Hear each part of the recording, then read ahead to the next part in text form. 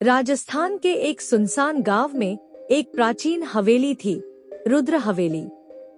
लोग कहते थे कि इस हवेली के नीचे एक तहखाना है जहां कोई भी गया वो फिर लौट कर नहीं आया। एक दिन 5 दोस्त अर्जुन, दीपक, नीलम, सीमा और रोहित वहां शूटिंग के लिए पहुंचे। वो एक डॉक्यूमेंट्री बना रहे थे भारत की भूतिया हवेलियां पर। हवेली में दाखिल होते ही अजीब ठंडक और सड़न की बदबू ने सबको घेर लिया। दीवारों पर खून के निशान और फर्श पर अजीब लाल निशान बने हुए थे, जैसे किसी राक्षसी तांत्रिक क्रिया के चिन्ह हों।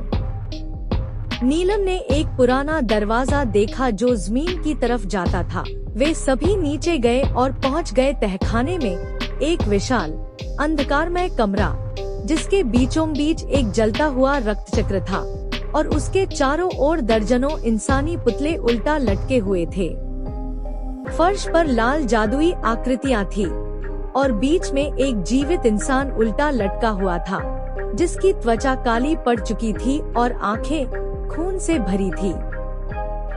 जैसे ही अर्जुन ने कैमरा ऑन किया, उस इंसान की आंखें खुल गईं और वो चिल्लाया, तुम सबने इसे छेड़ दिया, अब मुक्ति संभव नहीं।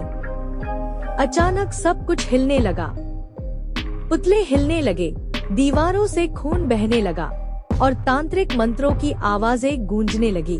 दीपक ने किताब उठाई जो जमीन पर पड़ी थी, उस पर लिखा था काल मंत्र ग्रंथ, मृत्यु से परे की शक्ति, जिसे उन्होंने अनजाने में पढ़ना शुरू कर दिया और एक काली आत्मा रुद्रनाथ को जगा दिया।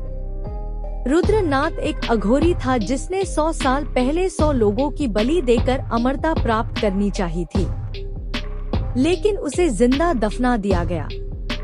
अब उसे फिर से बलि चाहिए थी और वो बलि बन गए वो पांचों।